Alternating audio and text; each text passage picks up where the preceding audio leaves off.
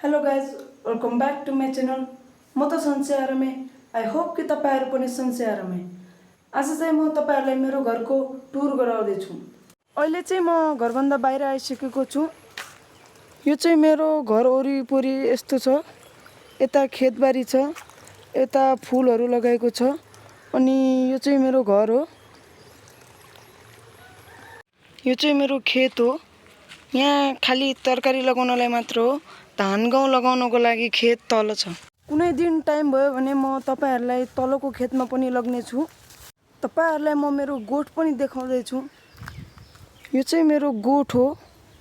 अनि यता चाहिँ तरकारीहरू लगाएको छ। त्यो फर्सीको मुन्टा र खुर्सानी पनि छ। अनि यतातिर यो भाङको हो कि धतुरोको एक्ज्याक्ट थाहा छैन। तपाईँहरूलाई थाहा भएको भए कमेन्ट गरिदिनु होला।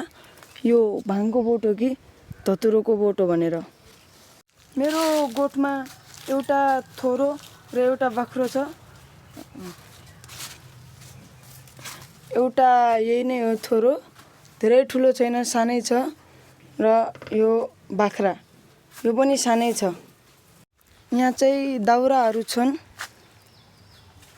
यो चाहिँ बाख्राको खोर हो, बाख्राको खोर। अनि यहाँ चाहिँ हल्दु लगाएको छ।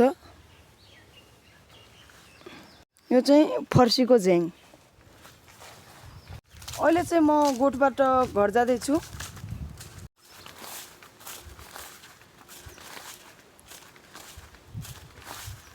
मेरो घरको अगाडि नै एकदमै राम्रो भ्यू देखिन्छ।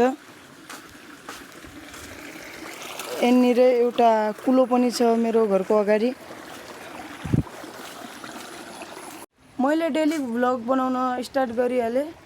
तपाईँहरू पनि मलाई सपोर्ट गरिदिनु होला।